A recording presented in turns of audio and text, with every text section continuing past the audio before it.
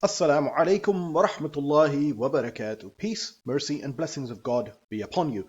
This is a new presentation from www.central-mosque.com and from the Humble Heart YouTube channel. This is the 7th episode in the Making Sense series, and the topic today is History of Islam and the Plight of Sri Lankan Muslims.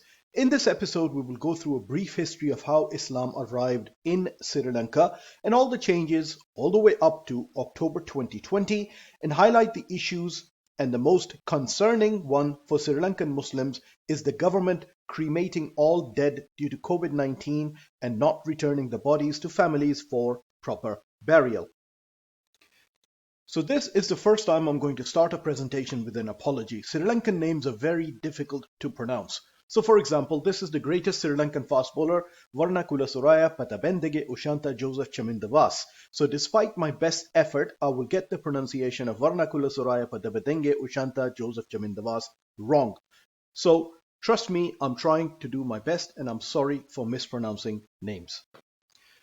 The name used in Islamic history is Sarandeep. We find that there are historical accounts which narrate that Prophet Adam, peace and blessings be upon him, is buried in Sarandeep or modern-day Sri Lanka. This is authenticated by Imam Ibn Kathir, the famous commentator of the Quran. We also find that in Islamic history, a young man from Uzbekistan who later became Imam Bukhari rahimahullah ta'ala traveled to Iraq to study under the great Imam Ishaq ibn Rahawayh. And Imam Bukhari rahimahullah ta'ala at this time gets the idea to compile a book containing only the most authentic narrations. When his teacher hears this idea, he says, this is a task as magnificent as Sarandeep. So this shows that the Arabs regarded Sri Lanka as a magnificent, enchanted island.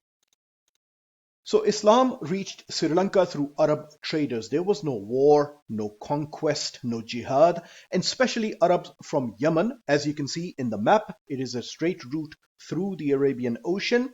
These early Muslims traded in spice and married local women, and that's how Islam arrived in Sri Lanka. The Arabs settled along the coastlines and did business and mingled with the local population.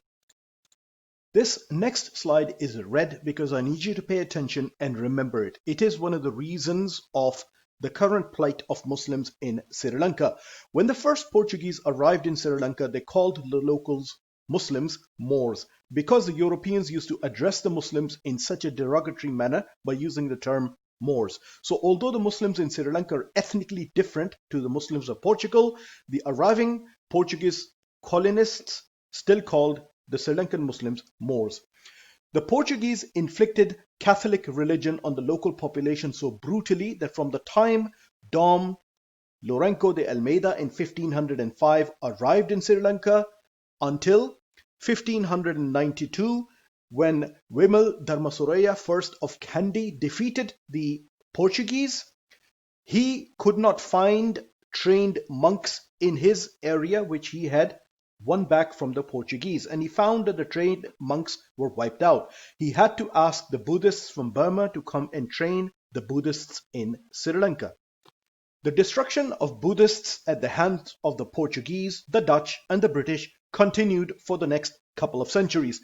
Out of the three, the Dutch, because they wanted to defeat the Portuguese, opposed the Catholic religion and supported conversions back to Buddhism to gain local sympathies. The British imposed Church of England and opposed Catholicism, but it never really took hold. Muslims and locals have been living side by side for over 1,000 years and there have been no major problems. I've been to Sri Lanka personally, and even during the civil war there were no major issues between Muslims and Buddhists in any major way. The erosion and subjugation of Buddhism in Sri Lanka by Portuguese, the Dutch and the English is well documented, and Islam and Muslims had nothing to do with it. It is also taught in Sri Lanka and in their education system, but the propaganda today from Buddhist monks to lower classes and jobless youth is to hold Islam and Muslims directly responsible for the decline in both Buddhist religion and Buddhist culture. There are two things that changed from the turn of the century in Sri Lanka. One, due to decades of civil war and terrorism, the Sri Lankan economy is in tatters. Secondly, the Buddhist culture is being eroded and secularism is taking hold.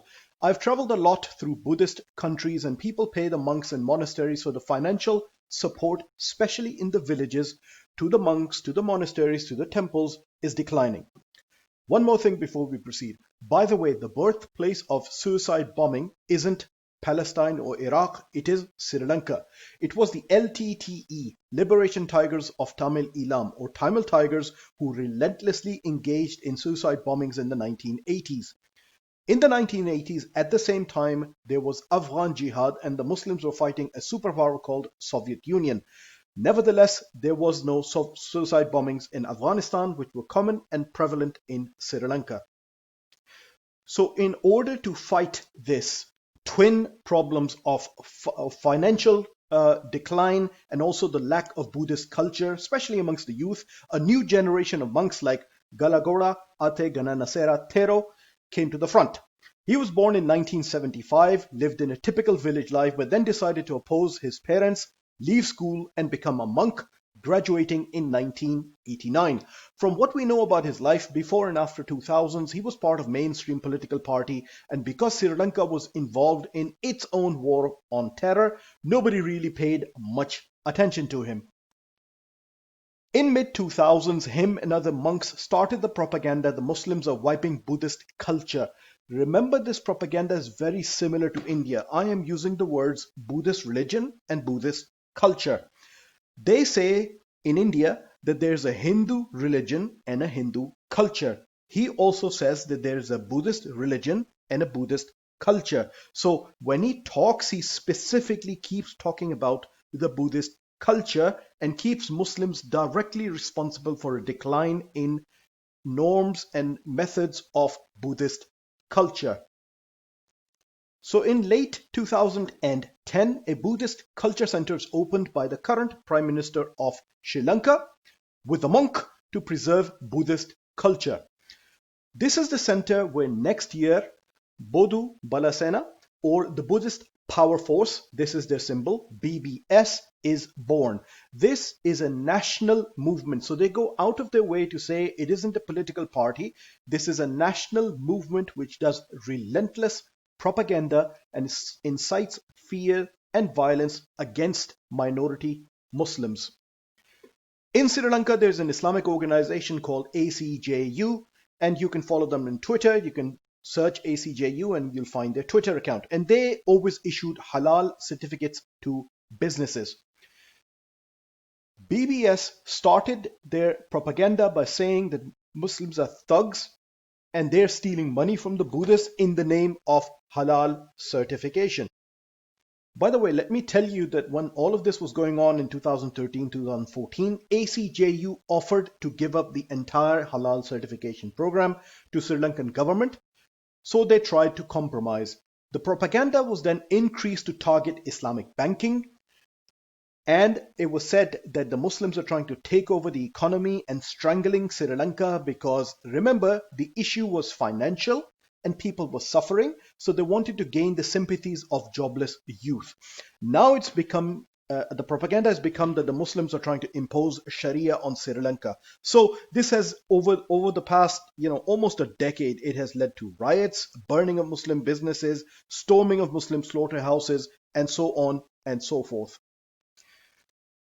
The activities of this vile group and the monk became so prevalent that they actually tried to target a BBC crew which was there for a documentary.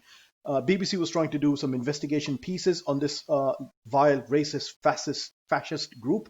And as you can see on your screen, from 17th of February 2013. Here I would like to also point out that there are other monks and other organizations which are also involved in vilification of Muslims. But here, because of the sake of brevity, I am deliberately pointing you to this monk right here, Galagora Ate Gananasera Thero, and his organization or movement, as they call it, Bodhu Balasena, or Buddhist Power Force. So there have been widespread condemnation of the views of this monk and his movement against Muslims within Sri Lanka. So, Minister of Languages and Social Integration at that time, Vasudeva Nanayakara, described them as an extremist group that comes up with provoking statements. Former Foreign Minister Mangala Samaravera accused them of being a representation of Taliban terrorism. He also directly accused Ministry of Defense within Sri Lanka of collaborating with this group and actually aiding in the vilification of Muslim, for which heavy pressure was placed on him to apologize. Another intellectual in Sri Lanka, Vikramabu Kunaratne, the leader of Nava Sama Samaja Party, labeled BBS as an extremist religious group. But these activities by BBS and the monks have continued against the Muslims.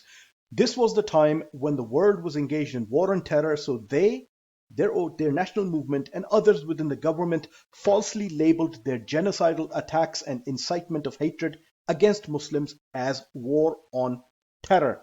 Then the ISIS-inspired Easter terrorist attacks happened on the 21st of April 2019, and this gave the government and their backers of these fascist monks to really hit the Sri Lankan Muslims in the guise of protection against terrorism and to further erode and take away civil liberties of minority Muslims of Sri Lanka. Then, when coronavirus or COVID-19 arrived, the government mandated cremation of all COVID-19 dead bodies. What is actually happening on the ground is that many times hospitals don't even bother looking at the diagnosis or the death or the cause of death and just burn the bodies, and Muslim relatives have no control over it. Muslim relatives do not know which processes to follow, who to approach to try to gain the dead bodies of their relatives so Islamic burials can be carried out. So as I have mentioned in my previous COVID-19 videos, I spoke to the WHO or World Health Organization team in Islamabad and Lahore, and they told me that they had written to the Sri Lankan counterparts and specifically addressed that this isn't WHO guidance and there's no reason to burn or cremate the bodies. They also met the Sri Lankan ambassador in Islamabad and had meetings with him about the cremation of bodies. But the Sri Lankan government is continuing on this policy of cremations. Many Muslims cannot fill out the paperwork, don't know where to go, don't know who to approach, so their dead are being burnt. So this is a very serious and urgent issue for Sri Lankan Muslims. So what do you need to do to help the Sri Lankan Muslims? Firstly, make everyone aware of this major issue in your capacity. There are Muslim families who are grieving because their dead are being snatched from them by the government and burnt. Then contact the Sri Lankan consulate in your country. Google and call the consulate in London or Washington or Berlin or wherever you are and put your concerns to them and follow it up with emails. It isn't very difficult. Just Google the consulate in your country, pick up the phone, call them, and then follow it up with an email. Every Muslim should do that to assist their Muslim brothers and sisters in Sri Lanka who are genuinely concerned about these developments, and the right to give their family members proper Islamic burial is snatched away from them. Contact your government representatives, international organizations like Amnesty International, and raise the issue of violation of human rights of Sri Lankan Muslims. Many of you listening to this presentation are holding social media accounts on Facebook, Twitter, YouTube, etc. And you also know how to write emails and make phone calls. Spend a few minutes of your time and treat this issue with the urgency that it deserves. Then, a large proportion of Sri Lankan economy is run by expats working in the Middle East. We need to make the Arabs aware of this issue so pressure can be put on governments to force Sri Lanka to change this policy, and it can be raised in the OIC so Muslim Organization of Islamic Countries becomes aware and once again puts pressure on Sri Lankan government to stop the human rights abuses of Sri Lankan Muslims and stop this nonsense cremation of COVID-19 dead bodies which has no scientific basis whatsoever. Then we need to put pressure on Pakistan because of their military and strategic links with Sri Lanka. The current Sri Lankan president is a graduate of Pakistan Military Academy class of 1971. At the very least, you can try to feel the pain and think if your loved ones passed away in the hospital and the hospital just burnt the body instead of returning it to you. I'm going to embed a link of WHO guidance on burial of COVID-19 in the description of this video. I end this with a request to make dua for the Muslims of Sri Lanka. Jazakallahu khairan. Assalamu alaikum wa rahmatullahi wa barakatuh.